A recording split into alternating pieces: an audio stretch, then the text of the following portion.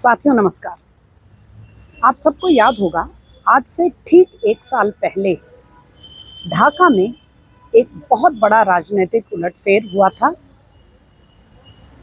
Exactly कहा जाए तो 5 अगस्त को, यानी इसी हफ्ते उसका 1 वर्ष पूरा हुआ है।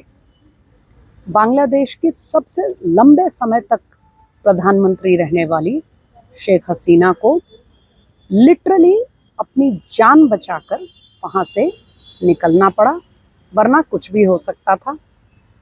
उनके आवास का क्या हाल बनाया गया आप सब जानते हैं। उसके बाद से पूरा 1 साल गुजर चुका है और एक भी दिन ऐसा नहीं जाता जब बांग्लादेश से ऐसी खबरें ना आए कि वहाँ पे माइनॉरिटीज़ पे हमला हो रहा है।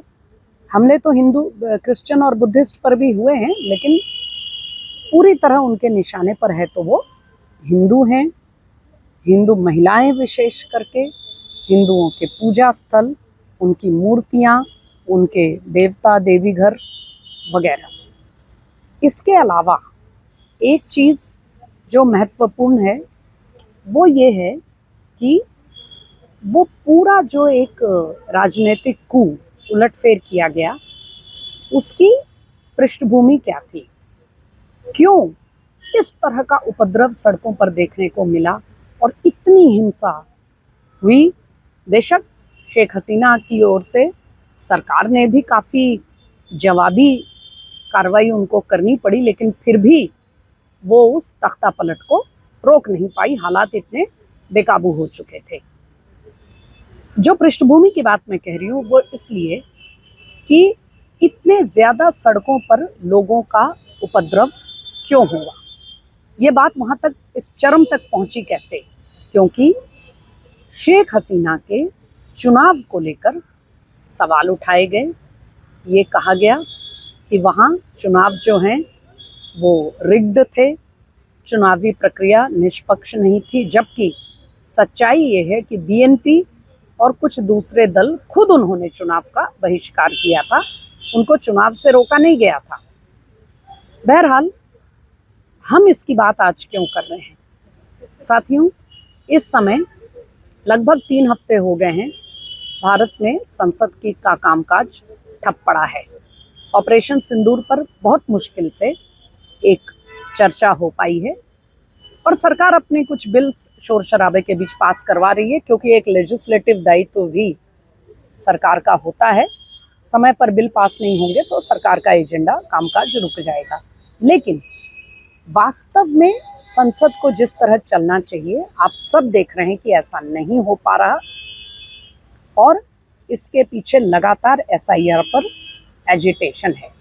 इसी बीच राहुल गांधी जी अपना तथाकथित टाइम बॉम्ब लेकर आए और बताया कि चुनाव में धांधली हो रही है। अब धीरे धीरे उस धांधली में जो उन्होंने एग्जाम्पल्स दिए, जो मामले उन्होंने उसमें जोड़े, उन मामलों पर भी लोग मुकरने लग गए हैं। चुनाव आयोग अपने स्टैंड पर है, वो कहता है कि भाई यही बातें अगर इतनी वास्तव में गंभीर हैं और आपको इन पर पूरा विश्वास है, इन मामलों पर, तो आप इसी को एफिडेविट पे दीजिए। राहुल गांधी जी उस एफिडेविट पर, ओथ पर ये लिख कर देने को ये शिकायतें साफ मुकर गए हैं। ये सारा घटनाक्रम आप खबरों में देख रहे हैं।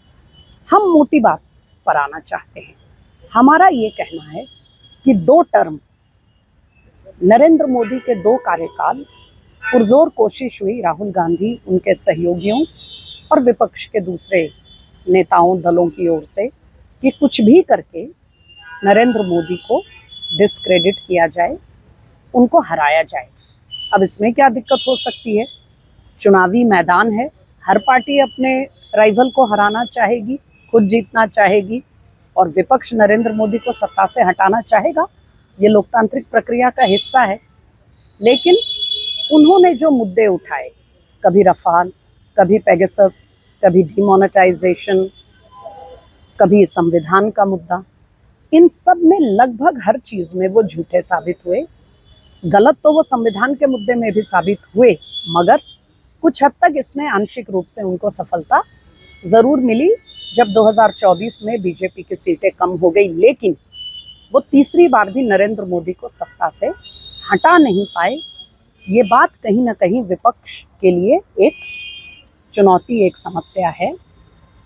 और तभी से आपने गौर किया होगा ईवीएम को लेकर। ईवीएम से जब एक ऐसे बिंदु पर पूरा मामला पहुंच गया ईवीएम का, जब लोग उन पर हंसने लगे और लोगों ने ईवीएम के डिबेट पर ध्यान देना सुनना छोड़ दिया, क्योंकि उनका कहना था कि भाई जब जीतते हैं तो ईवीएम बढ़िया, जब हारते हैं तो ईवीएम खराब, ये कब तक खींचा जाए। तो ईवीएम का मुद्दा जब ठंडा पड़ने लगा तो वोटर लिस्ट का मुद्दा आ गया। इसी बीच जो इन्फिल्ट्रेशन, जो घुसपैठियों की समस्या है, जिस तरह से घुसपैठिए हमारे देश में अंदर बैठते जा रहे हैं, हर तरह के अधिकार लेते जा रहे हैं और देश के चुनावी भविष्य का फैसला भी करने की स्थिति में आ जाएंगे एक दिन, और देश के संसाधनों, देश की सुरक्षा पर तो बहुत बड़ा खतरा है ही। तो एसआईआर जब लाया गया तो एसआईआर पर एजिटेशन शुरू हो गई, और अब पुराने निपट चुके चुनाव जैसे महाराष्ट्र और कर्नाटक, उनका मुद्दा उठा करके लिया जा रहा है। भारतीय जनता पार्टी ने इस पर राजनीतिक पलटवार किया है, दिखाया है कि किस तरह महाराष्ट्र में वो तमाम सीटें जहां अच्छी संख्या में वो मतदाताओं की बढ़ गए पिछले बार, वो ऐसी जगह हैं जहां या तो कांग्रेस जीती है या उसके सहयोगी। तो ये दोनों तरफ से मामला, चुनावी बहस चल रही है। हमारी चिंता इससे कहीं आगे है साथियों। हमारी चिंता ये है कि अब ऐसा लग रहा है कि कोई भी बहाना ढूंढ करके, कभी ईवीएम हो, कभी एसआईआर हो, कभी वोटर लिस्ट हो, कभी वोटरों की संख्या हो, कभी वोट डालने वालों की संख्या हो, कभी वोटर लिस्ट का मुद्दा हो, किसी न किसी रूप में, किसी न किसी बहाने से, बिना पूरे तथ्य और साक्ष्य दिए हुए लगातार चुनाव आयोग निशाने पर है। निर्वाचन आयोग को राजनीतिक अटैक का निशाना बनाया जा रहा है। पहले भी तमाम राजनीतिक दल निर्वाचन आयोग पर टीका टिप्पणी करते हैं, लेकिन इस तरह का एक स्ट्रक्चर्ड रिलेंटलेस कैंपेन, एक अनवरत एक कैंपेन उनके खिलाफ नहीं होती थी। और इससे हमें ये सवाल खड़ा होता है कि कहीं ऐसा तो नहीं कि 2 बार लगातार दर्जनों मुद्दे उठाने के बावजूद जब विपक्ष और विशेषकर कांग्रेस, राहुल गांधी नरेंद्र मोदी की राजनीति को डिस्क्रेडिट करने में, उनको सत्ता से हटाने में फेल हो गए, तो अब वो भारत की पूरी चुनावी व्यवस्था को ही कटघरे में खड़े कर रहे हैं।